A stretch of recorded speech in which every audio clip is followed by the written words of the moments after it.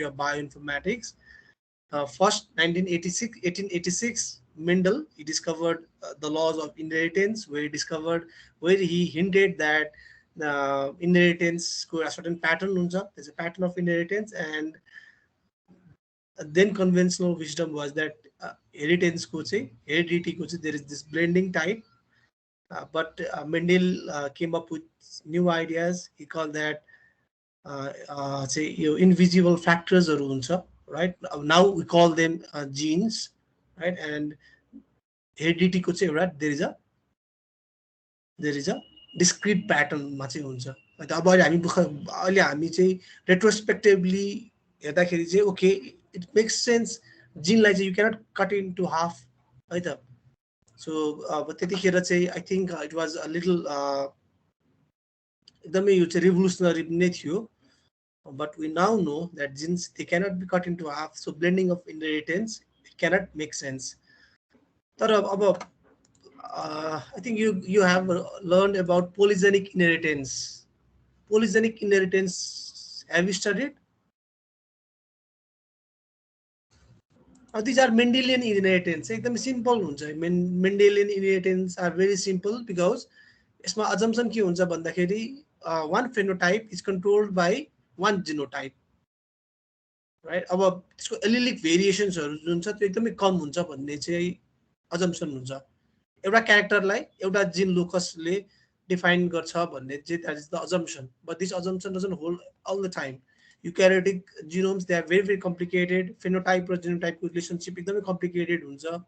So if a certain trait, if certain character is controlled by many genes, okay, for example 12 genes, then we can observe,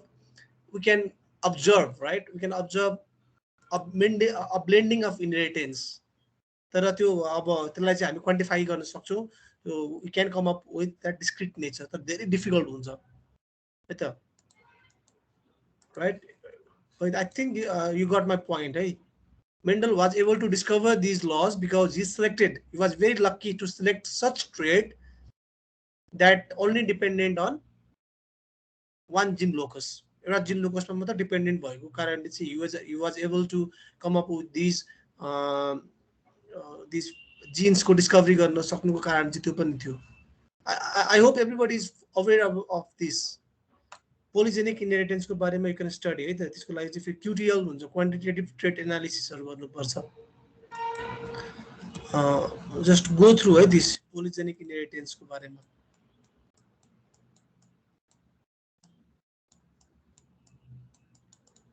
Polygenic inheritance. And in 1951, so we see the Linux Pauling and Robert Corey, they proposed the alpha helix, secondary structure of protein. So what was the basis of this helical nature, helical nature? What was the basis? They came with the correct bond geometry thanks to the crystal structure determination of the amino acids. And अर्को के थियो भन्दाखेरि Pauling's prediction of the planar peptide bonds. The planar peptide bonds को assumption को कारणले पनि this was possible, and also finally relinquishing the assumption of the integral number of residues per helical turn.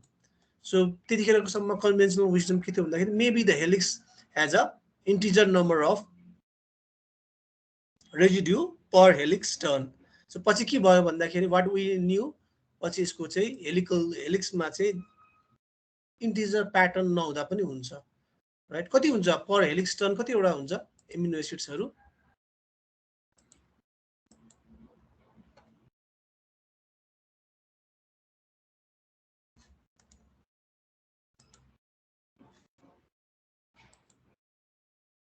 कति हुन्छ देवका? रेजिना कति वटा हुन्छ per helix turn हरु कति वटा हुन्छ? How many turns are there? One turn मा 360 degree को turn मा कति वटा चाहिँ residues हरु हुन्छ?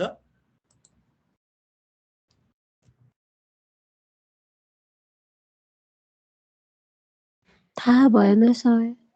टेन्टेटिभली कति वटा हुन्छ होला? जस्ट गेस गर्नुस् न. तर हामी पढिसकेको हो त नि, यो पढिसकेको कारणले गेस गर्नुस् न भनेर मात्र भनेको. कति गेस गर्नुहुन्छ भनेर पढिसकेको कुरा हो नि त हामीले सेकेन्डरी स्ट्रक्चर चाहिँ we already studied about secondary structure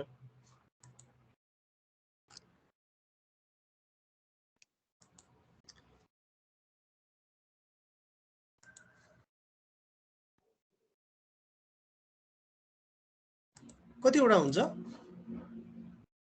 ruby कसैलाई थाहा छैन कतिवटा हुन्छ 3.6 हेलिक्समा सर 3.6 थ्याङ्क यू रेजिना है त अब पहिलेको आइडिया कति थियो भन्दाखेरि मेबी 4 हुन्छ होला मेबी 3 हुन्छ होला they were not sure about ल 3.6 को मिनिङ के हो होला भनेर इन्टिजर नै हुन्छ भन्ने चाहिँ अजम्सन थियो सो लिनक्सको के थियो भन्दाखेरि the bold assumption was that ओ these residues they don't need to be in integer they can be 3.6 so what's the problem in 3.6 so that was the key critical insight है त सो के छ भन्दाखेरि okay 10वटा टनमा चाहिँ कतिवटा हुन्छ 10वटा टनमा 36 वटा हुन्छ 10वटा टनमा 36 वटा हुन्छ so this was the main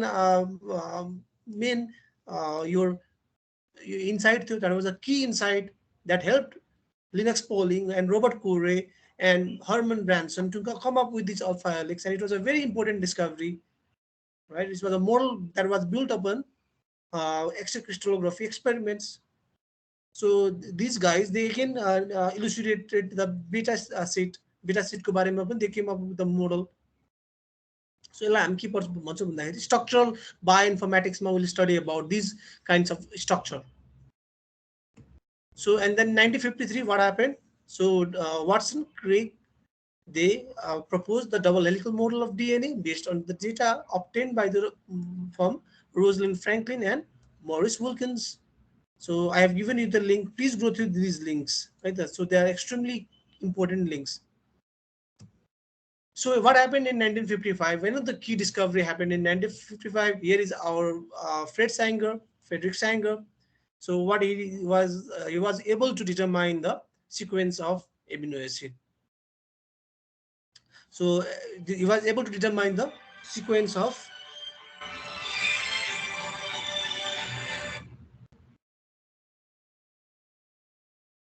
So he was able to determine the sequences of insulin. So insulin is our hormone, peptide hormone, and he was able to sequence the correct structure of bovine insulin. And what was revealed from that sequence is that the protein has a definite, constant, genetically determined sequence, yet a sequence with no general rule for its assembly. So in the sequence, you don't find any rule how this is made.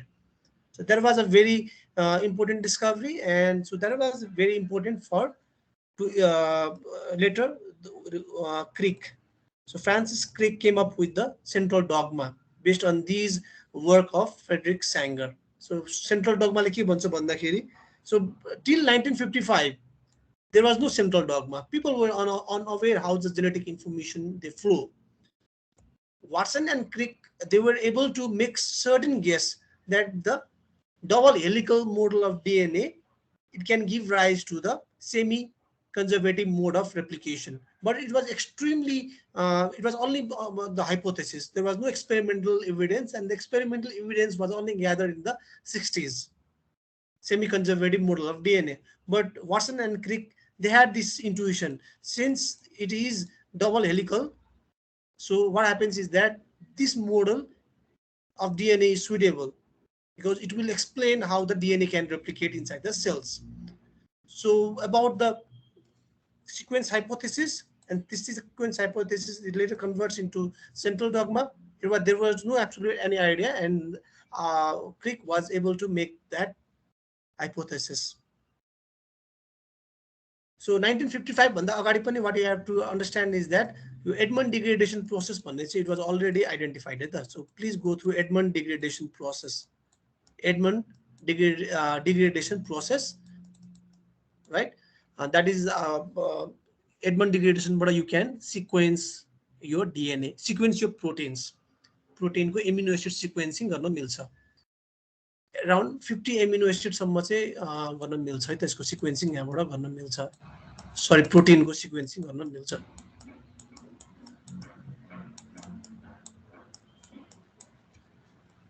So okay, in 1958 the integrated circuit was uh, developed or it was invented by the Jack Kilby at the Texas Instruments. अब त्योभन्दा अगाडि चाहिँ के थियो भन्दाखेरि यो चाहिँ vacuum ट्युब्सहरू हुन्थ्यो. सो भ्याक्युम ट्युब्सहरू भएपछि के हुन्थ्यो, वायरिङ धेरै गर्नुपर्ने हुन्थ्यो.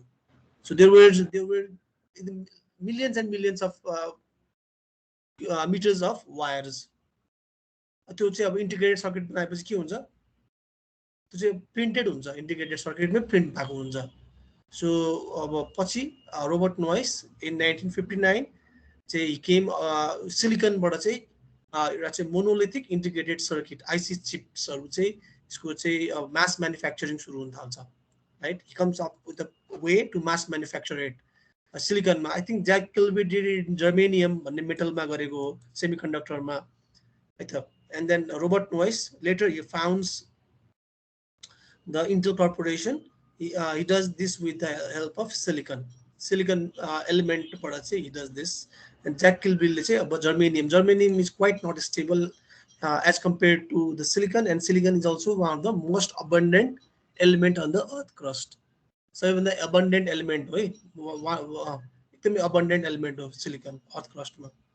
And in 1958, 1960, what happened is that John Kendrew and Max Peruz they gave our first low resolution structure of hemoglobin, and Max Peruz he also published the low resolution structure of a hemoglobin.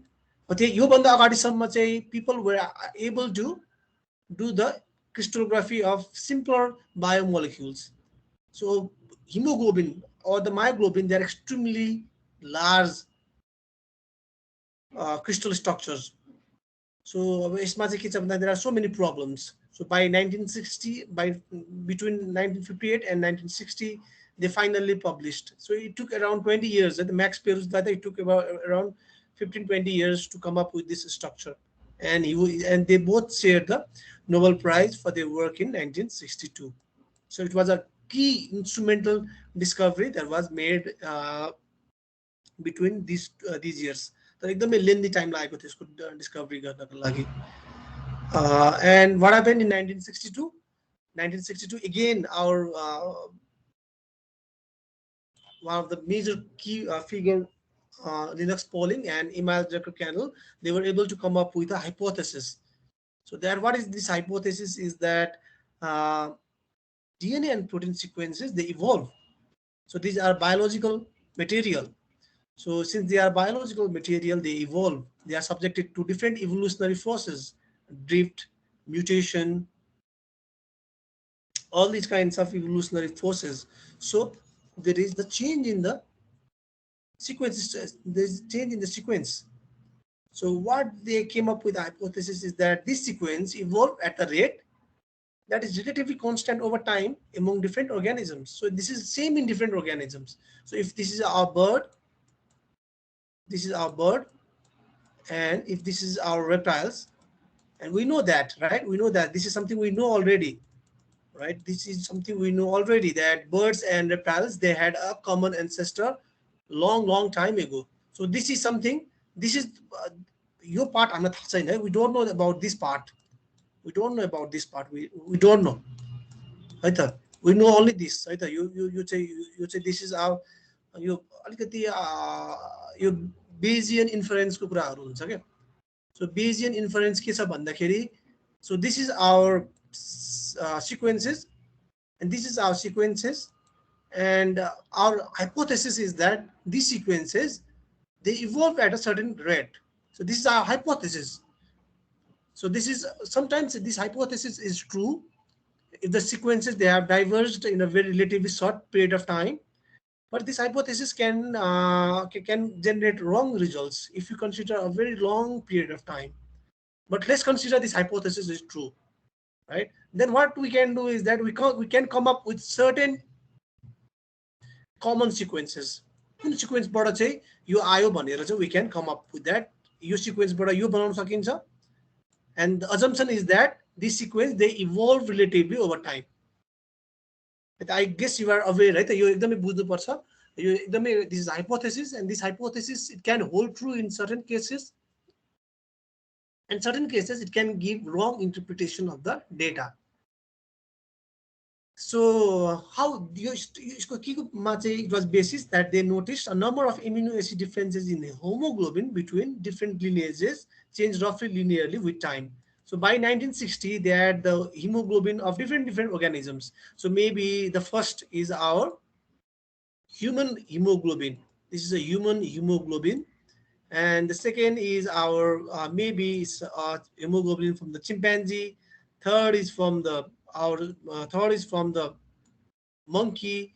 Third is another is from the chimpanzee, and so on and so forth. And they had already had many hemoglobin protein sequenced, right? Gene protein sequence. So they were able to come up with these kinds of hypothesis. Actually यो चाहिँ प्रोटिनको बेसिसमा गरेको अब्जर्भेसनबाट गरेको थियो है त प्रोटिनको चाहिँ. So this can be translated to the structure of sequence structure of DNA as well. You hypothesis. But already said it's a hypothesis. It's true in certain cases and false. It can give false interpretation in certain cases. And finally, now we have our Margaret Day off. And since there were lots and lots of sequence information gathered about the proteins, she decided that there should be a database, an electronic database, so that these information they can be analyzed with the help of computers. So human mindले like interpret गर्नुभन्दा पनि she realized that it would be easy if computers can do it because these are extremely tedious tedious work. So she decided to make a database. त्यो भएपछि के हुन्छ these informations can be stored reliably. कपीमा पेपरमा चाहिँ लेख्नुभन्दा कम्प्युटरमा store गर्दाखेरि चाहिँ it would be better भनेर she came up with that idea.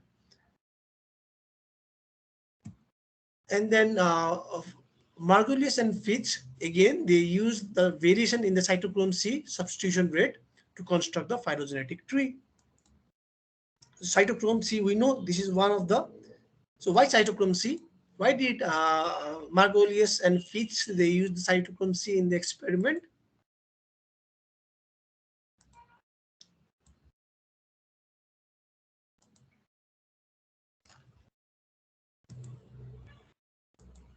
Any idea why Fitch and Margulies they used the cytochrome C to construct a phylogenetic tree? Because it is an electron carrier. Electron career हो definitely electron career पनि molecule पनि भएर पनि हो र यसको चाहिँ के छ भन्दाखेरि यसको चाहिँ भेरिएसन छ राइट डिफ्रेन्ट क्रस स्पिसिस हामी हेर्दाखेरि we see variation in these proteins electron carriers र यो भेरिएसन चाहिँ धेरै पनि छैन धेरै भेरिएसन भयो भने नोइज हुन्छ right that we cannot deduce any kind of information for it from that molecule. So sequence के छ भन्दाखेरि there is a right amount of variation in the cytochrome C. धेरै variation भयो भने पनि it's very difficult for us to construct our uses phylogenetic tree. So they came up with this phylogenetic tree where human and monkeys, they are quite near, and a horse and donkey, they are quite near. So penguins and chickens, right? Here you can see penguins and chickens and dog and pigeons, they are quite near. र यसमा चाहिँ के छ भन्दाखेरि यसमा चाहिँ assumption चाहिँ यहाँ अघि हामीले पढेको एजम्सन चाहिँ त्यति फलो गरिँदैन है अगाडिको यहाँनिरको यो पछि हामी पढ्छौँ again we study that Fitch and मार्गोलियसको मेथडमा चाहिँ मोलिकुलर क्लक हाइपोथेसिस चाहिँ त्यति फलो गरिँदैन we don't use that assumption different रेटमा हुन्छ भनेर अजम्सन हुन्छ सो ह्युमन्स र मङ्कीमा र चाहिँ यो ह्युमन्समा चाहिँ there is a different rate of amino acid substitution. The DNA they evolve at a different rate in man and in monkey. जुन चाहिँ मोलिकुलको हामी स्टडी गरिरहेको छौँ त्यसमा चाहिँ at a different rate it can evolve. So मैले अघि नै भनेको थिएँ that you have to be very careful about this kinds of models के हो हाइपोथेसिस के हो भन्ने कुरा चाहिँ you have to be quite aware.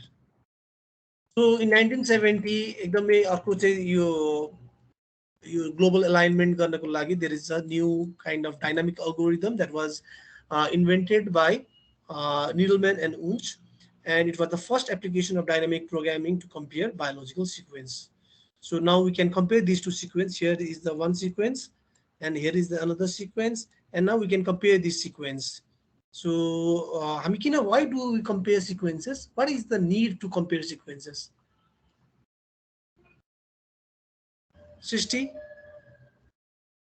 what is the why the need to compare sequences? Sequence compare गर्नको need के छ? So why did Needleman Unch they came up with this algorithm, bioinformatics algorithm, to align these kind of nucleotide sequence? Srishti, Srishti,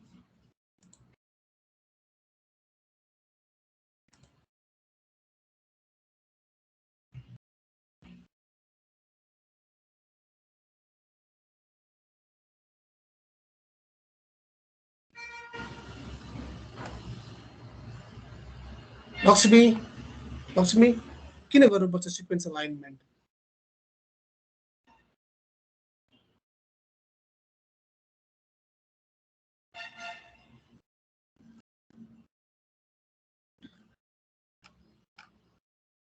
जसलाई आउँछ त्यसले भनिदिनुहोस् है त, quick भनिहाल्नुहोस् त, so that we can quickly move forward. So why is there need for sequence alignment?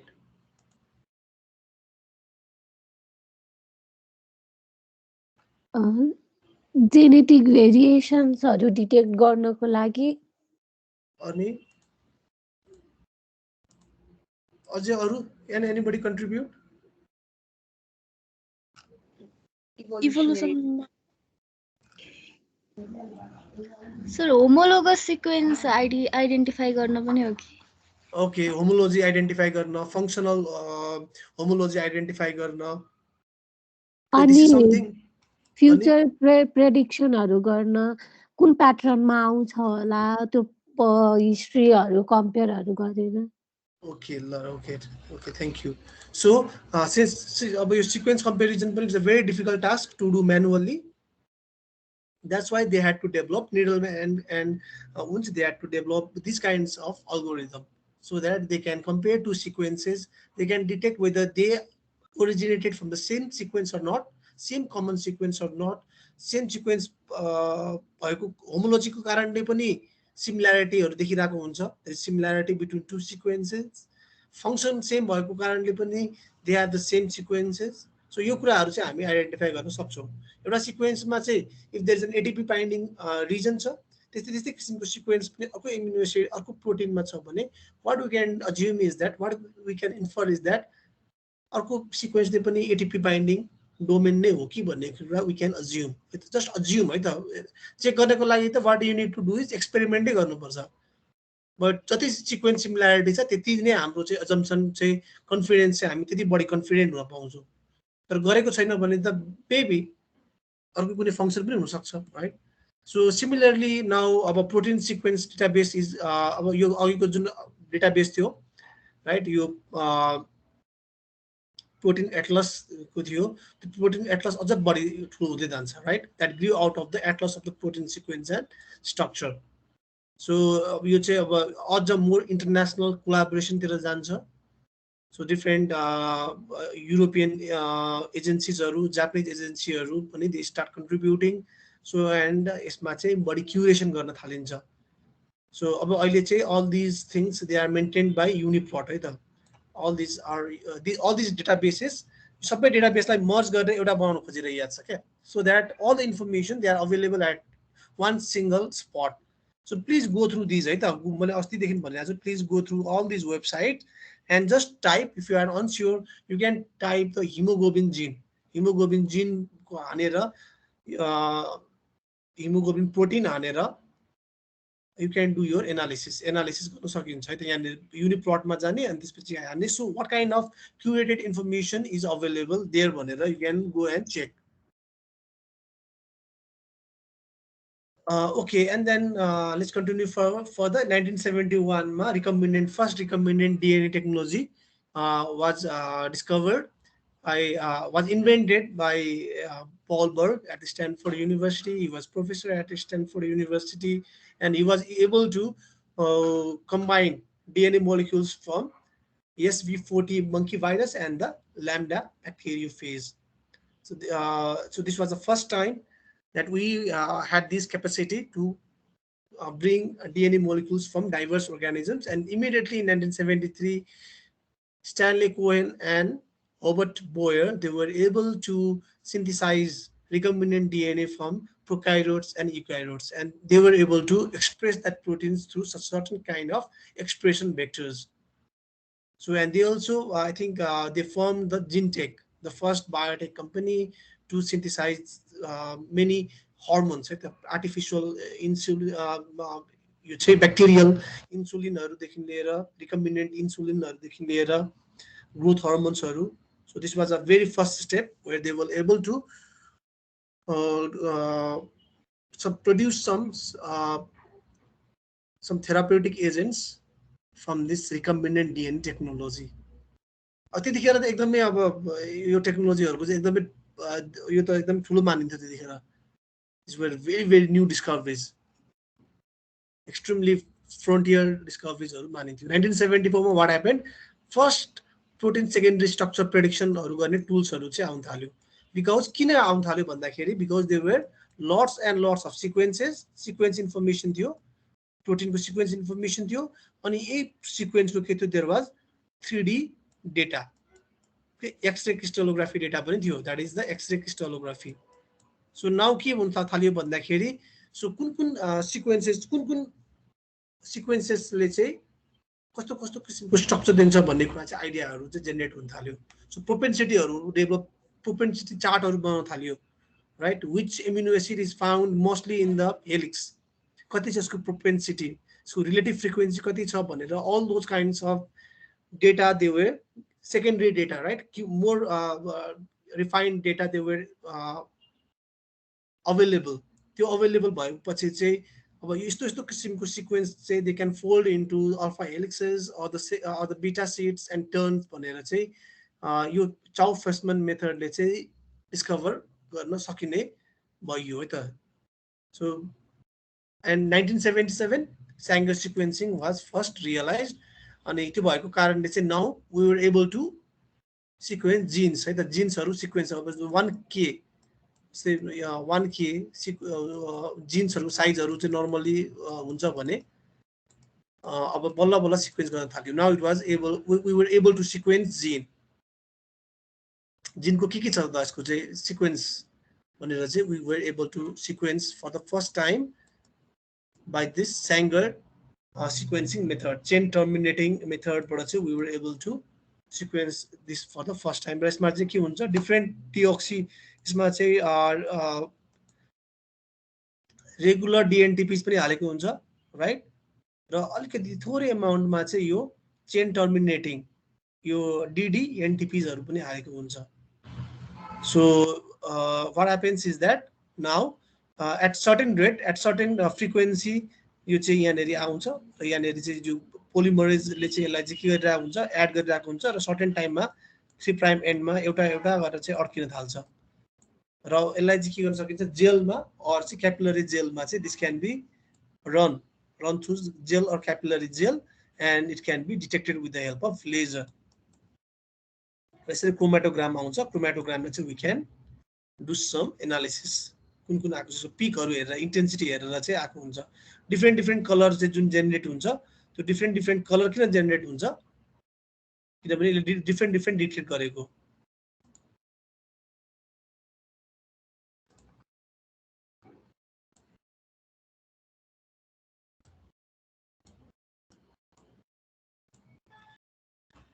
So आफ्नो colour हुन्छ. So अब रेड भनेको चाहिँ what is the red, so red it means that is the A, it can be A है त, यहाँ ATGC, red is the T, red is the T. So यहाँनिर अब यहाँनिर अब यो रेड छ भने चाहिँ, सो यो रेड छ, देयर इज रेड, त्यो रेडको फ्रिक्वेन्सी देखेको छ, द्याट मिन्स यो सिक्वेन्स टी भयो यहाँनिर.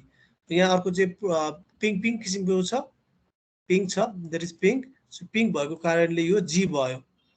सो यो चाहिँ क्रोमेटोग्राममा we can convert this chromatogram into a DNA sequence.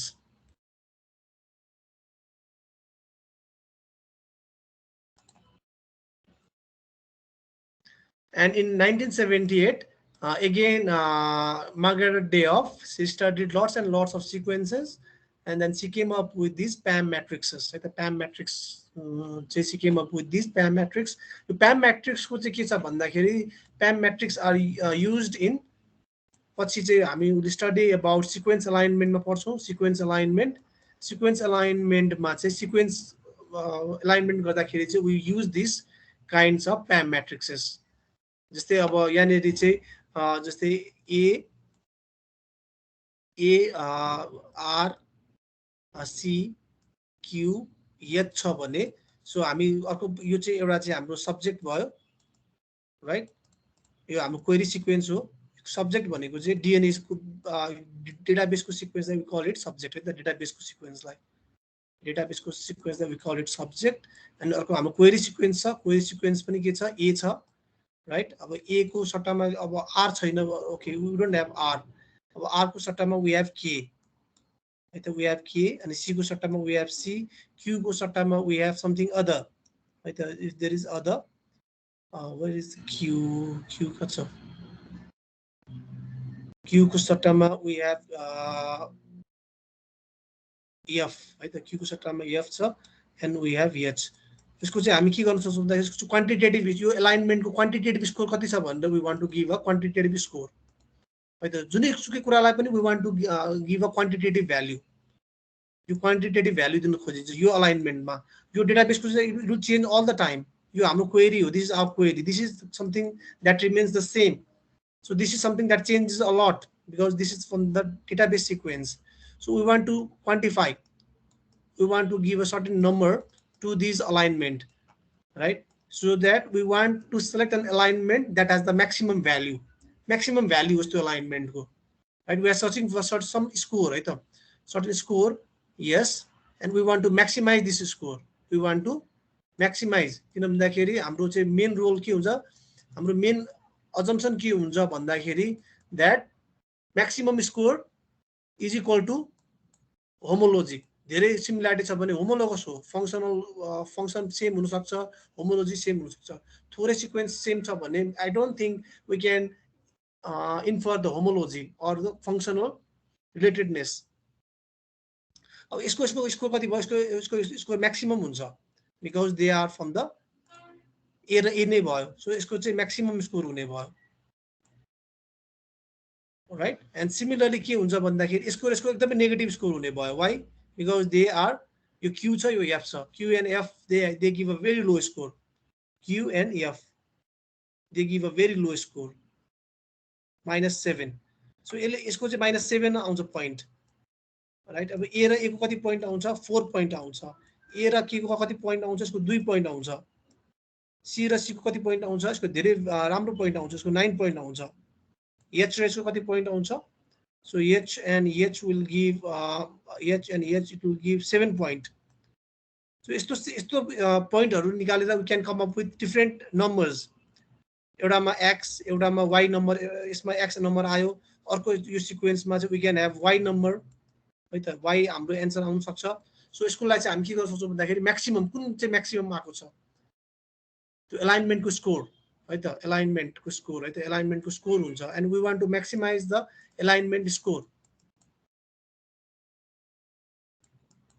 so for that kind of analysis we need PAM matrices and there are different kind of PAM matrices there are PAM1 PAM2 PAM3 PAM 250 and there is another kind of matrix as well let's say blossom matrix or bunch there are different matrices so and that was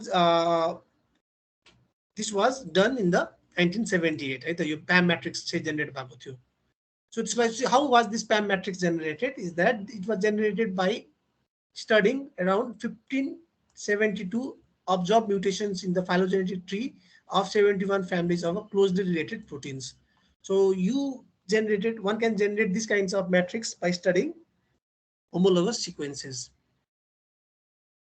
at least 85% identity थियो त्यो जुन study गरिएको थियो प्रोटिन्सहरु homologous proteins they were homologous proteins extremely homologous proteins, because more than 85% identity sequence ma duita sequence ma more than 85% identity hunu bhaneko that is very very homologous. यसले चाहिँ धेरै homologous को meaning दिन्छ. if sequences two sequences छ, एउटा यो sequence छ एउटा यो sequence छ, यिनीहरुको चाहिँ अब for example let's say 500 million years of separation छ अब यो सिक्वेन्सेसहरुको कमन एन्सेस्टर हाम्रो हाइपोथेसिस अनुसार चाहिँ 500 मिलियन इयर्स एगो छ भने आई रेकन यसको सिक्वेन्स सिमिल्यारिटी लेस देन 15% हुन्छ, less than 15%, less than 15%, less than 15% पनि हुन सक्छ, because it was long time ago that these sequences these diverged, so that the sequence similarity is very low, and on the basis of these low variation probably no sequence similarity probably we can detect homology, we have to detect homology sequence same छ कि छैन भनेर. So for that these PAM matrices were developed, and in 1978 by utilizing the Sanger sequencing technology the phi X174 viral genome was published, and it had 5,386 base pair and it coded for 9 protein. This was the first time a whole complete genome of the organism was sequenced, right? And as you can see here, the name is the Friedrich Sanger, because they used his technology and he was one of the influential to sequence this technology. And again, local alignment method pani which was developed. So it was a variation of Needleman-Wunsch algorithm, dynamic programming गरेको हो. And as you can see here, right, यहाँनेरि alignment गरिरहेको छ. And you see here, so यसको alignment को score हरु generate गरिरहेको हुन्छ, substitution matrix हरु generate गरिरहेको हुन्छ. So we'll study in great detail about these gap penalty हरुको बारेमा, sequence similarity को बारेमा. These are the alignment. So alignment गरिरहेको छ, यहाँ alignment छैन, यहाँ skip भयो, alignment, right? Score or gap penalty substitution matrix or generate gareko huncha. So this was done in 1981. So computers, personal computers were introduced by IBM in 1981, and it was also key in the development of bioinformatics. So have you heard about your Moore's law? So what is Moore's law? Anybody?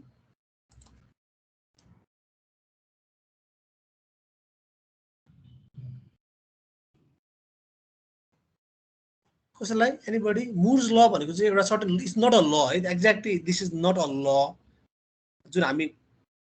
Scientific law भन्छौँ त्यस्तो चाहिँ होइन. It is what is यो चाहिँ observation पनि हो र एउटा prediction पनि हो. This is an observation as well as prediction पनि के हो भन्दाखेरि that यो जुन microprocessor छ that यो चाहिँ जुन integrated circuit मा जुन transistor छ, right, यो चाहिँ हाम्रो के भयो भन्दाखेरि यो एउटा यो चाहिँ हाम्रो IC भयो, integrated circuit हो भयो IC. यसमा जुन transistors हरु छ, transistors हरु यसको चाहिँ के गर्न सकिन्छ भन्दा every 2 year मा चाहिँ we can multiply them.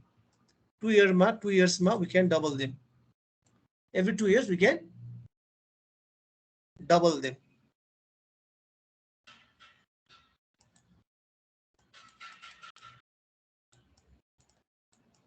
So अहिले चाहिँ यो integrated circuit मा if there are around 100, if there are 100 integrated circuit, यो IC मा integrated circuit मा there are 100 transistors, right? If there are 100 transistors, then in next 2 years यसलाई चाहिँ यहाँबाट 200 मा कन्भर्ट गर्न सकिन्छ, right? So 100 it gets to 200. 200 के हुन्छ अर्को वर्षमा it will get 400, अर्को वर्षमा 800, अर्को वर्षमा 1600, अर्को वर्षमा 3200. Now it will start increasing quickly. अब एकदम quickly increase हुन थाल्छ. यसलाई चाहिँ हामी we call it Moore's law, and this is more or less still valid. अहिलेसम्म पनि यो भ्यालिड नै छ Moore's law. यो observation हो, it's not a law, it's a prediction. So Intel को चाहिँ अर्को चाहिँ co-founder ले चाहिँ यो दिएको law हो है त. यसलाई चाहिँ हामी we call it a Moore's law or the Moore's observation. So PCR technology was described by Carey Mullis and his teams in 1983. He was able to optimize the PCR technique protocol that involved DNTPs, that involved thermocycler, that included the TOC polymerase, thermostable polymerase, and with all of these, he was able to amplify a certain region of the DNA. And now this was a very bombshell technology in 1983. And even Carey Mullis, he was able to patent this process, and so it was a great discovery of his time. Still, I think Carey Mullis died a few years ago. Right? A few years. He was a very eccentric man. Right? Just go through his story, and you can study about this guy. And he was a very eccentric guy. He had a very interesting life, interesting observation. Um, he denied the existence of HIV. HIV virus existence, like he always denied HIV virus coexistence. He denied. He was an amazing kind of person, just a very eccentric kind of person. You can go and study more about him. And FastP algorithm. So this is another algorithm to facilitate the searching of the similar region between newly determined sequences, amino acid sequences, and that which is already available in the databases. So earlier sequences, है त हामीले जुन अगाडिको पढ्यौँ, now these हामीले यो पढ्यौँ दुईटा चाहिँ निडलम्यान and उन्च पढ्यौँ, यो पनि एउटा थियो, this is also sequence alignment नै हो, त्यो पनि अर्को पनि पढ्यौँ, यो पनि सिक्वेन्स अलाइनमेन्ट नै हो, इभन दिस सिक्वेन्स अलाइनमेन्ट. र यहाँ यसको के फरक छ, what is the difference between FASTP algorithm developed by Lipman and Pearson and other two earlier algorithm developed by Needleman and Wunsch, र अर्को चाहिँ स्मिथ र वाटरम्यानको चाहिँ के छ यसमा, वाट इज द डिफरेन्स? जुन अघि हामीले पढ्यौँ निडलम्यान र उन्च र स्मिथ र वाटरम्यानको, what is the difference between this algorithm and fast pay algorithm or the blast algorithm that we'll study later? What's the similarity between these two algorithms, and what is the dissimilarity between these two algorithms? So what is the main dissimilarity के हो भन्दाखेरि these algorithms are quite fast. यो fast algorithms हरु छ है त. So it's fast because अब certain कारणले fast भएको छ, we study. So these are fast algorithms. यो fast हुन्छ, these are fast. है त. Efficient, है त, other word. Computationally less intensive, with a computationally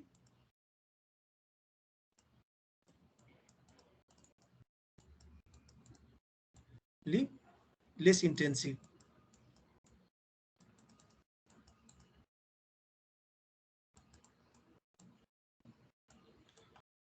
So we'll study about heuristic algorithms. यसलाई हामी heuristic algorithms भन्छौँ है त, heuristics है त. So what is the meaning of heuristics? Heuristics को के meaning? Do you know the meaning of heuristics? Normal colloquial meaning के हो heuristics को? These are the exhaustive.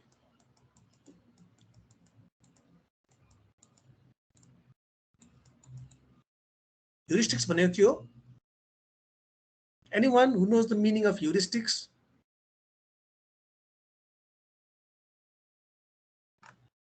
के उसको normal meaning के हो? So heuristics हरु भनेको चाहिँ these are the shortcuts. The shortcuts हरु लिइन्छ भने त्यसलाई heuristics हरु भन्छ. So sometimes shortcuts are good, and sometimes shortcuts they cannot give you the good answers. Sometimes they can give you a very good approximate answers, and sometimes they can give you very fuzzy answers or wrong answers. And in 1986, the term genomics was coined for the first time, and it was coined by Thomas Roderick for his new journal. So now we are slowly and steadily entering inside the new domain. About 1986 ma, so Swiss prot database is created by the University of Geneva and the European Molecular Biology Laboratory. So what is the main purpose? To curate the protein sequence database है त यो चाहिँ more or less humanले curate गर्ने हो human not some machines है त humanले curate गर्ने हो information annotation गर्ने हो human annotation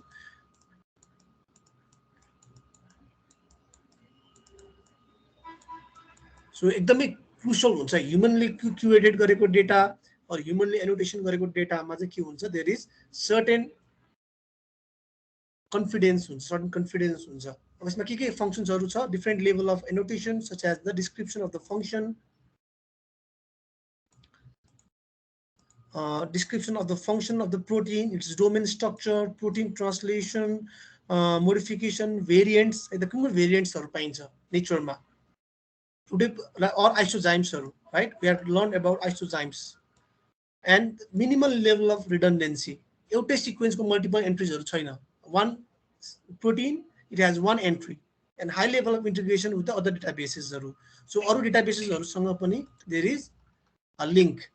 अरु डेटाबेसमा चाहिँ अब for example you want to go to यसको जिन ब्याङ्कमा जानु छ सो जिन ब्याङ्कसँग पनि यसले एउटा लिङ्क दिएको हुन्छ so that is the integration with the other databases so this is now currently maintained at UniProt पहिले यसलाई स्विच प्रोट भन्थ्यो अघि मैले भनिहालेँ most of the databases they are integrated to form the UniProt पहिलेको जस्तो स्विच प्रोट अर डिफ्रेन्ट अर्गनाइजेसनको चाहिँ आफ्नो आफ्नै हुने डिफ्रेन्ट रिजन्सहरूको so now that is not the case all this data are handled through a common server.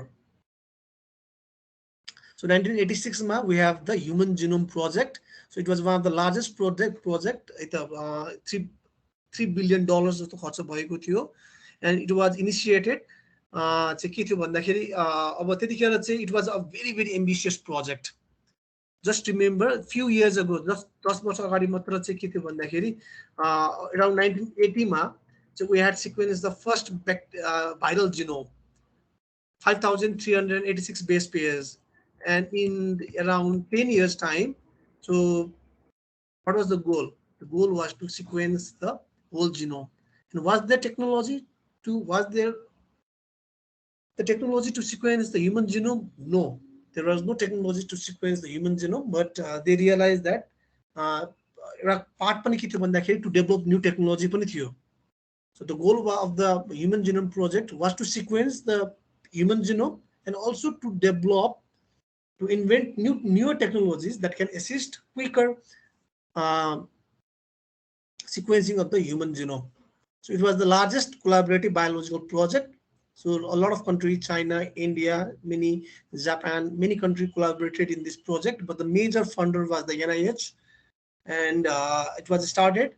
It was picked. The idea was picked around 1984, and Jim Watson, right? Jim Watson played a very important role. Right? Jim Watson, the co-discoverer of the of double helical DNA, the model of the DNA. He played a very important role to convince the US Senate and the House of Representatives to fund this project, why there is such a big importance of this project. And they were able to get the fund. And what were the goals of the human genome? So goals of the human genome was to identify approximately 20,500 genes in the human DNA, to sequence their to completely sequence the chemical base pairs, to store this information, right? This was a very important tool as well. The sequence, I don't think there will be any benefit if you don't know how to store it, how to retrieve it, how to transfer it, how to improve the tools of data analysis, and to transfer it to the private sector as well, and to address the ethical, legal, and social issues that may arise from the project. So it had a grand ambitions, and what were the final major findings? That there are around 22,300 protein coding genes in the human beings. एकदमै धेरै assume गरेको थियो, but एकदमै कम आयो. Around 30,000, 35,000 जति assume गरेको थियो, and the protein coding genes in humans, it was assumed to be around 22,300, and that was in the same range as other mammals. And there are many segmental duplications, nearly identical repeated sections of the DNA than had previously been suspected. Many regions in the DNA are of the same sequences, nearly identical sequences. The tandem repeats are there is many tandem repeats and very few vertebrate specific either. So most genes they share homology with even with unicellular animals. Like fewer than 7% of the protein families appear to be vertebrate specific. So it's not very important right? That the molecular level ma ke रहेछ त so less than 7% gene ले vertebrates हो कि होइन भनेर चाहिँ identify गरिन्छ. So these are very key discovery what it means to be a human. है त धेरै धेरै थोरै 7% protein families are only specific to vertebrates. So how many proteins are specific to humans only? The genes are responsible for our human nature. These are some of the very key questions. एकदमै key questions हरू छ. Some assumption भनेको there is very few, less than 1%, less than 0.001%. सबैको homology छ. Most genes that we have, they have homology in chimpanzees. So in 1987, Paul language was invented by the Larry Wall, and this became a very important tool in bioinformatics. कारण के छ भन्दाखेरि it has a very powerful regular expressions for pattern matching. हामीले जुन last time पढेको थियौं मोटिभ्सहरुको लागि right square brackets curly brackets and all these kinds of you say this is a way to represent certain sequence pattern finding गर्नको लागि चाहिँ युजको लागि चाहिँ it had a very important यसको चाहिँ रोल प्ले गर्यो for regular expression and it become accessibility even for non programmers. यसको code ल्याङ्ग्वेजहरू त्यति धेरै रेजिड हुँदैन. So one can do the same thing from different line of codes. So it become very popular in bioinformatics. अरू ल्याङ्ग्वेजेसहरू like Java they are very rigid. एउटा answer निकाल्नको लागि देयर क्यान बी फ्यु कुनै कुनै केसेसमा त एउटा मात्र वे हुन्छ. There's only one way to do certain thing. So bioinformatics को flexibility पनि एकदमै राम्रो थियो र यसको चाहिँ यो टेक्स्ट ह्यान्डलिङ भन्छ यो रेगुलर एक्सप्रेसन्सहरुको लागि टेक्स्ट ह्यान्डलिङ और यसलाई स्ट्रिङ ह्यान्डलिङ पनि भन्छ है. स्ट्रिङ्सहरु स्ट्रिङ ह्यान्डलिङ पनि एकदमै राम्रो थियो है त. यो जुन रेगुलर एक्सप्रेसनको कुरा गरिरहेछ है त माथिको यो रेगुलर एक्सप्रेसन सिस्टम एकदमै राम्रो थियो ह्यान्डल गर्ने. So pattern or find garnaka lagi DNA ma it was used extensively by Paul programming. And 1987 so National Center for Biotechnology Information was established in Bethesda, US ma established भएको छ. So there is a link you can learn more over here. So 1988 ma what happened is that physical map of the E. coli was published. So physical map ma ke huncha, it's not the complete genetic map. The complete map होइन, this is not complete map. So it's what we do is that so before you make a complete map, what you need to do is that you need to have a physical map. The physical map मा के हुन्छ भन्दाखेरि where are the restriction sites, right? Where are the restriction sites? What restriction sites हरुको information हुन्छ or certain एकदमै important genes हरु कहाँ छ, important genes हरु. Okay, the important gene is here. Right, यसलाई हामी मार्कर पनि भन्छौँ है त. इम्पोर्टेन्ट जिन्सहरु इम्पोर्टेन्ट जिन्सहरु भनेको मार्करहरु भनेको एउटै हो है त. सपोज काठमाडौँ जाँदाखेरि अब धरहरा इज अ मार्कर है त. र कुनै टल बिल्डिङ छ भने that can be a marker. So जिनोममा पनि जुन ल्यान्डस्केप छ जिनोमको ल्यान्डस्केप छ there are many sequences of ATGC and कुनै सिक्वेन्सहरु के छ भन्दाखेरि दैट ट्यान्डम रिपिट्सहरु कुनै रिजन्सहरुलाई चाहिँ we can create a marker. That marker there can be restriction sites, important genes है त. So the first marker this physical map of E. coli was published in 1988. A marker physical map भएपछि चाहिँ it is very easy to make a complete map है त. complete map बनाउन सजिलो हुन्छ. किन हुन्छ भन्दाखेरि अब यो स्मल रिजन्सहरुलाई चाहिँ हामी के गर्छौं भेक्टरमा चाहिँ राख्छौं है त. यो स्मल रिजनलाई चाहिँ भेक्टरमा राखेर गर्छौं. कम्प्लिट जिनोम एकैचोटि सिक्वेन्स गरिँदैन है त, पार्ट पार्टमा चाहिँ सिक्वेन्स गरिन्छ। यसरी बिस्तारै बिस्तारै राखेर गरिन्छ, यसलाई चाहिँ भेक्टरहरूमा राखेर गरिन्छ है त। भेक्टर्सहरूमा यो भयो, यो रिजन के छ, यो चाहिँ एउटा हाम्रो रिजन भयो। न दिस इज आवर भेक्टर, यो भेक्टर भयो, दिस इज आवर भेक्टर, यो कन्स्ट्रक्ट भयो, भेक्टर कन्स्ट्रक्ट भयो। सर्टेन पार्टमा चाहिँ अब यो चाहिँ यो अगाडिको यो सिक्वेन्स चाहिँ राखिन्छ। सो भेक्टरको त हामीलाई कम्प्लिट सिक्वेन्स थाहा हुनुपर्छ, राइट? अथवा if you don't know the sequence of a vector then it becomes very difficult. You know the sequence of vector, त्यो भएपछि सर्टेन यहाँ एन्ड देन के गरिन्छ भन्दाखेरि यो रिजनको पनि सिक्वेन्स गर्न थालिन्छ। And one at a time you start sequencing all your fragments, and fragments like sequence गरेपछि you align them with slowly and steadily with the help of data analysis गरेर you start say what you do is that you start arranging this DNA। यसरी चाहिँ एउटा चाहिँ कन्टिग भन्छ, कन्टिग म्याप्सहरू भन्छ है। कन्टिग भनेको कन्टिग्युअस सेक्सन्सहरू, कन्टिग म्याप्सहरू बनाउन मिल्छ। This is how you do the sequencing है त। विल स्टडी अबाउट सिक्वेन्सिङ है त, कसरी गरिन्छ। But this is how in 1988 the first physical map was published. And again है त, अब अरू यो फास्ट ए अल्गोरिदमहरू जेनेरेट गरिन्छ। It was published in 1987 and added the ability to do DNA searches, right? Translated protein DNA matches, translated protein र डिएनएको match गर्नु पनि पर्ने हुन्छ। प्रब्लम के हुन्छ भन्दाखेरि ट्रान्सलेटेड डिएनए र डिएनए सर्चेसको चाहिँ के स्पेसिफाई गरेको हुँदैन। सो समटाइम्स के हुन्छ, due to the codon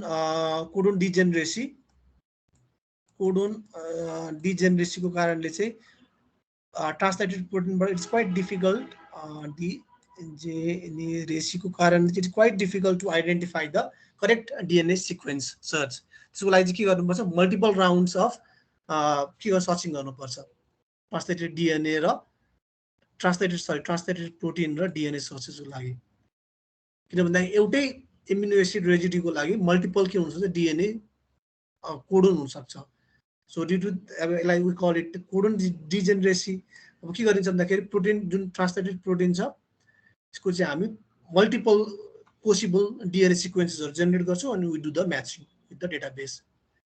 So it also provided more sophisticated stuffing programs for evaluating statistical significance. So fast A algorithm was generated in 1988. It was also quite quick than the other technologies. किन भन्दाखेरि डेटाबेसमा सिक्वेन्सेसहरू, protein सिक्वेन्सेसहरू, DNA सिक्वेन्सेसहरू they were rising very rapidly. एकदमै rapidly rise भएको कारणले चाहिँ there was a need for this kinds of algorithms tools. And what happens in 1990, so major bombshell discovery अहिलेको सबैभन्दा डिस्कभरी भएको छ, that is the blast को चाहिँ it was more or less it came into existence.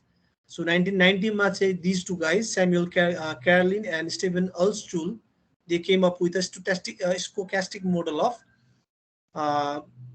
sequence alignment को stochastic मोडल्सहरूको बारेमा they come with this model, and then later चाहिँ यसलाई चाहिँ ब्लास्ट अल्गोरिदममा सुरुमा थ्योरी आयो, right? So what you can think is that सुरुमा थ्योरी आयो, यस्तो हुन्छ यसको स्ट्याटिस्टिक्स भनेर, प्रोबेबिलिटी थ्योरी आयो। थ्योरी आएपछि के आयो, थ्योरीको बेसिसमा भएपछि इट केम द एल्गोरिदम के आयो, अल्गोरिदम आएपछि then the software, right? Software, BLAST software came.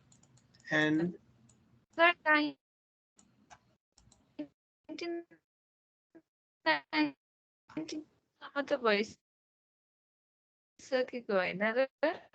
हजुर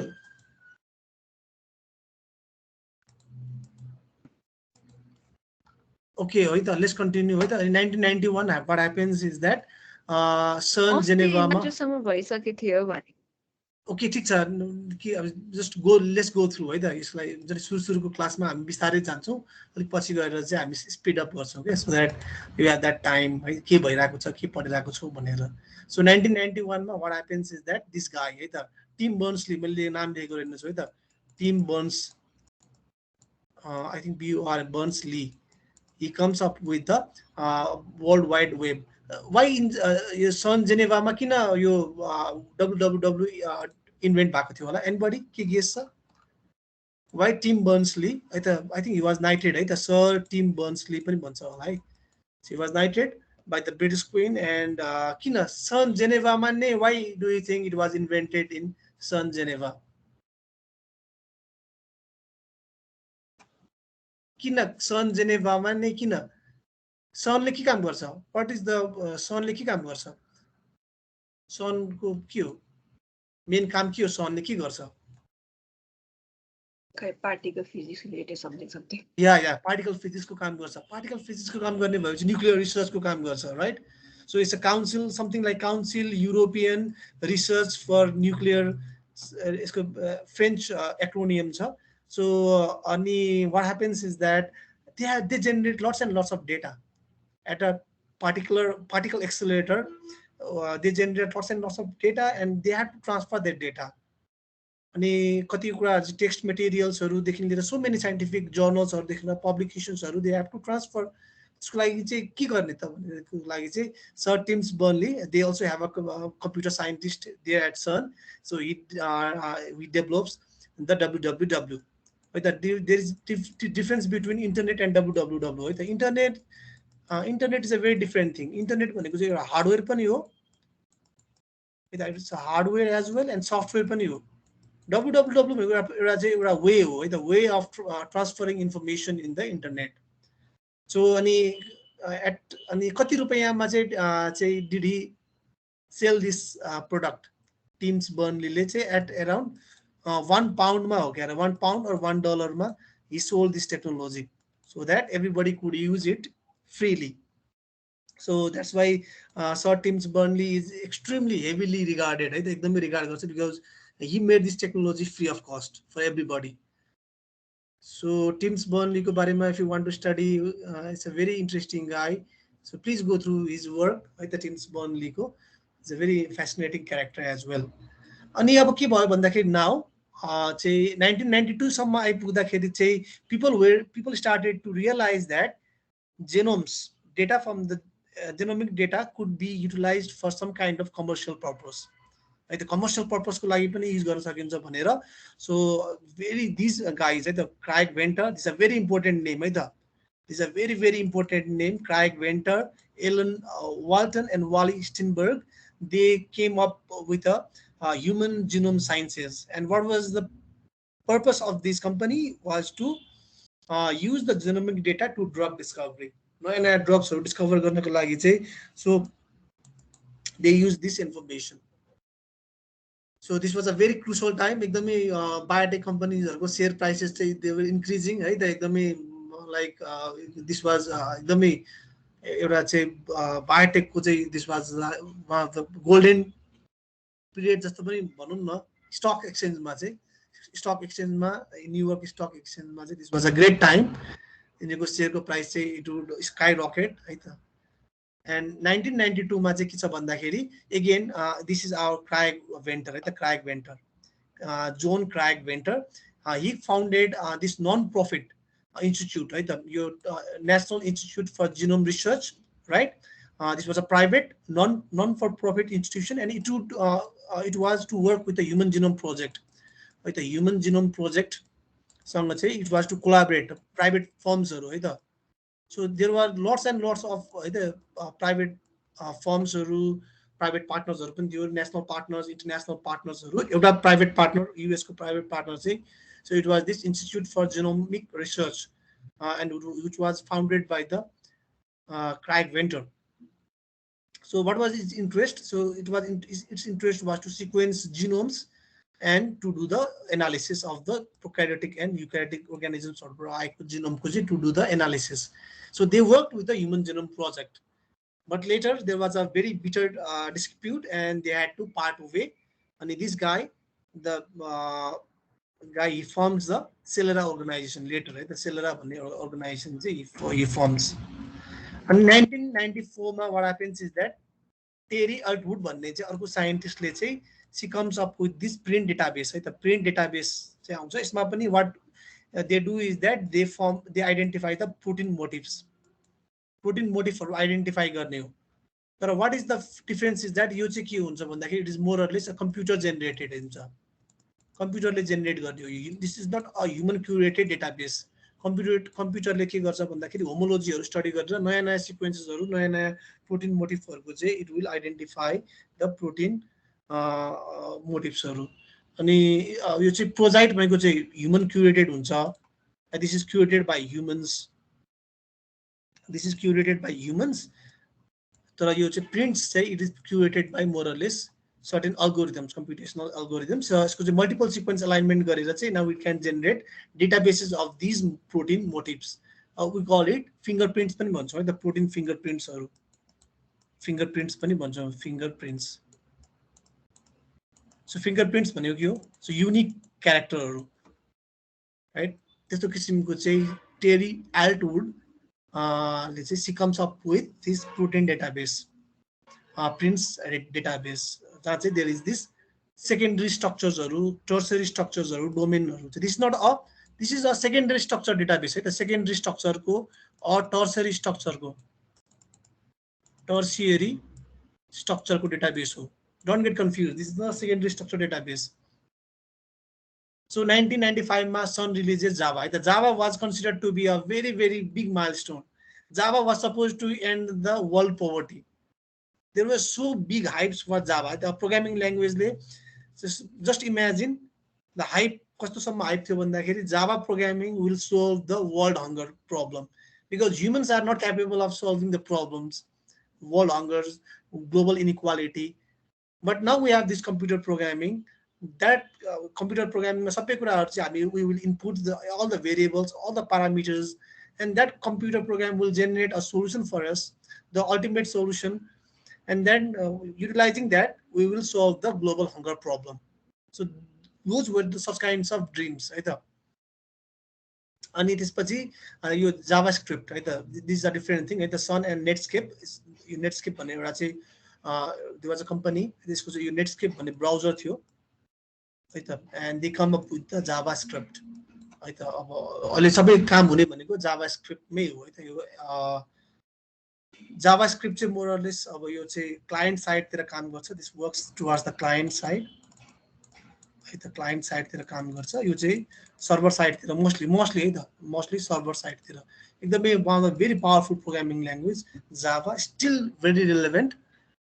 एन्ड 1995 मा what happens is that free living organism Haemophilus इन्फ्लुएन्जाको चाहिँ there is a sequencing right 1995 मा, and it was published in 1995 है त। Nature मा it was published, and its genome size was 1.8 mega base pair, so one circular chromosome.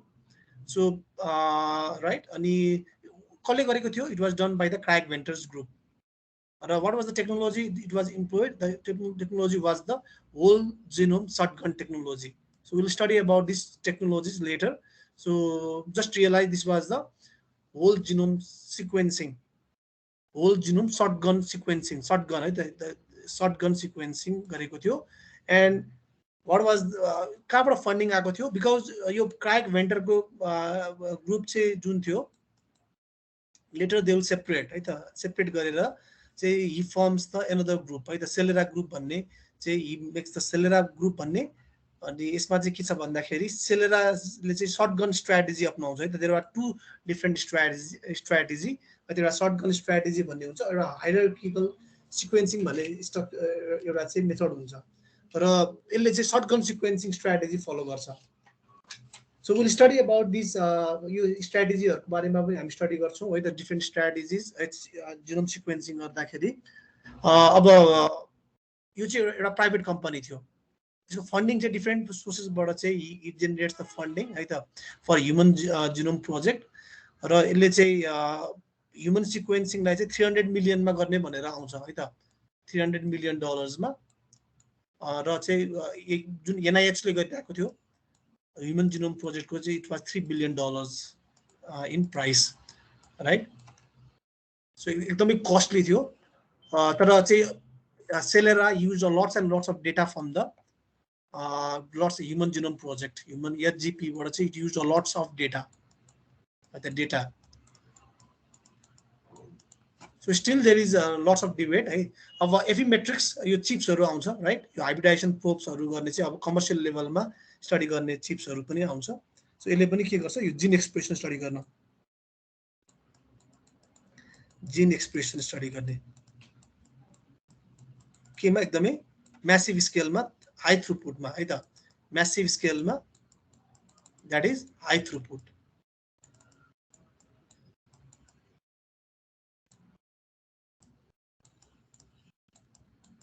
पहिले के थियो, कुन टेक्नोलोजी थियो, नर्दर्न ब्लटिङ थियो राइट, नर्दर्न ब्लटिङ सदर्न ब्लटिङहरू थियो, नर्दर्न ब्लट थियो, सदर्न ब्लटहरू थियो. They were very very time consuming. अब यस्तो किसिमको चिप्सहरूमा चाहिँ what you can do is that एकदमै सानो सानो पिकोलिटर भोल्युमहरूमा चाहिँ हाइब्रिडाइजेसन गर्न सकिन्छ. And then this can be visualize, image processing गर्न सकिन्छ यसलाई.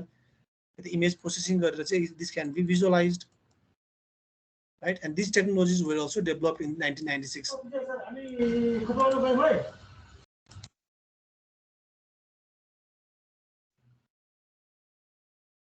So this was a very revolutionary 1996 मा. अब यो एफिमेट्रिक्सले यो चाहिँ जिन चिप निकाल्दाखेरि चाहिँ now the scientist, as you can see the size of the chip है, एकदमै सानो चिपमा यु कुड डु. अब अहिले चाहिँ यु क्यान डु मिलियन्स, त्यतिखेर यु कुड डु हन्ड्रेड्स है त, हन्ड्रेड्स अफ जिन एक्सप्रेसनहरू स्टडी गर्न सकिन्थ्यो. यहाँ सानो सानो चाहिँ डिएनए प्रोब्सहरूलाई चाहिँ एट्याच गरेर राखेको हुन्थ्यो. अनि यसले चाहिँ के गर्थ्यो, यसले चाहिँ फ्लोरेसेन्स जेनेरेट गर्छ. त्यो फ्लोरेसेन्सलाई चाहिँ यसलाई चाहिँ इमेज प्रोसेसिङ गरेर क्यामेराले क्याप्चर गर्छ. एन्ड त्यो क्यामेरा क्याप्चर गरेपछि द्याट क्यान बी स्टडिड. कुन कुन जिन एक्सप्रेस भइरहेको छ, कुन कुन जिन एक्सप्रेस भइरहेको छैन, क्यान्सर सेलमा कस्तो किसिमको जिन एक्सप्रेस भइरहेको छ, अर्को सेलमा कस्तो किसिमको एक्सप्रेस भइरहेको छ. So all those expression patterns could be studied very quickly right. So and finally के छ भन्दाखेरि, सो आवर यो Swiss institute of bioinformatics was establish in Geneva 1988 मा. सो यसले चाहिँ के गरिरहेको छ भन्दाखेरि lots and lots of bioinformatics कम्युनिटीहरूलाई चाहिँ it is bringing under a one common umbrella, Swiss Informatics, Bioinformatics. And 2001, what happened? Finally, the Human Genome Project was completed, and you can see like the. So who is this? Who is this?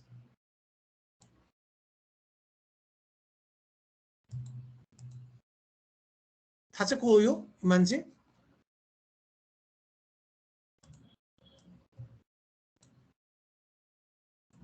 So this was, he is the then Prime President of USA, the Bill Clinton. Do you know about Bill Clinton? So he was the President of USA at that time, and this guy is the Craig Venter, right? Craig Venter, and he's the Francis Collins, then Director of the NIH. And 2000 June 2000 White House announced that the majority of the Human Genome Project, 80%, the working draft was completed. And later in July 2003, 99% of the Human Genome Project was completed. And you say यो नेचरमा र यो चाहिँ साइन्समा यसको publication भएको थियो है त. नेचरमा चाहिँ यो ग्रुपको पब्लिकेसन भयो, साइन्सको चाहिँ यो ग्रुपको पब्लिकेसन भयो right. So it was completed. अरू 0.01% चाहिँ why it was not completed.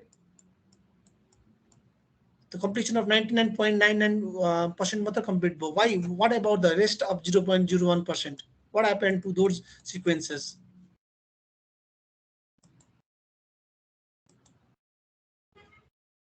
Any idea what happened to those sequences? So those are the extremely repetitive sequences. Right? The 0.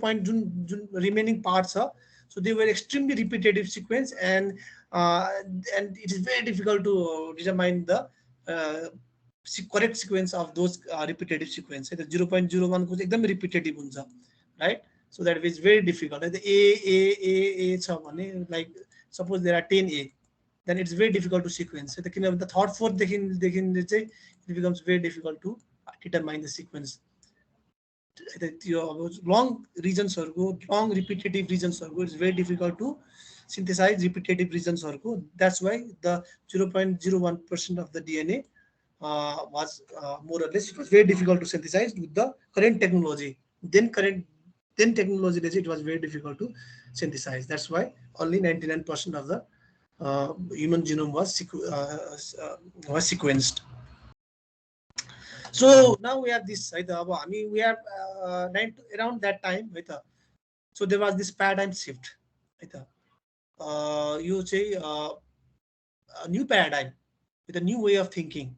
Paradigm भनेको, this is a new way of thinking is now emerging, is that all the genes will be known in the sense of being resident in the database electronically. सबै जिन्सहरू इलेक्ट्रोनिकली डेटाबेसमा they will be in the database, and that the starting point of the biological investigation will be theoretical. So before we used to spend lots and lots of time in the wet lab, but now there will be shift in our way of thinking that the investigation will be of theoretical in nature. The individual scientist will begin with a theoretical conjecture, only then turning to experiment to follow or test that hypothesis. The actual biology will continue to be done as a small science, depending on individual insight and inspiration to produce new knowledge. But the reagent that the scientist uses will be a knowledge of the primary sequence of the organism, together with a list of all the previous deductions from that sequence. So this is Walter Gilbert, and towards a paradigm shift in biology.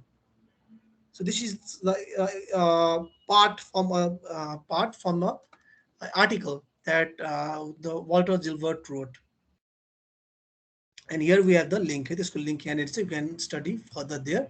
So different our age that we started with the Mendel, right? P experiments and different key insights at different point in time. Watson discovery, right? And the elucidation of the genetic code by Leidenberg uh, and Corona, and Sanger sequencing, and genetic maps, physical maps, and all those kinds of things. And we have come a long way. So these are the Human Genome Project years, and so it's a long time. So we have gone through many interesting bits of history. So you can just go through this summary on your own, and you can learn more. So now is not the end. So यति पढेर चाहिँ I think it is not the end. हिस्ट्रीको जुन हाम्रो understanding छ, it's not the end, and it is not even the beginning of the end. हामी कतैतिर it's not the beginning of the end as well,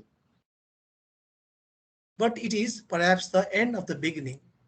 Just the end of the beginning. Now we are just entering into a new exciting age.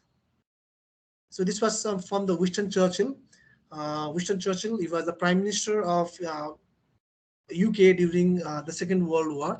So he has this interesting quote to share. And bioinformatics mapani is the same. This is not the end. This is not the beginning of the end, but it's perhaps the end of the beginning. So let's see. This is the case. Okay. Uh, this was about the history of the bioinformatics. Right now, what you can do is that you can go to the chapter 1 of your book. Please go to the chapter 1 of your book. I think a lot of things has been covered, and please go through the book, and if you find any if you have any queries, then we can go in our next lecture. So if you have any queries, you can ask, else the class is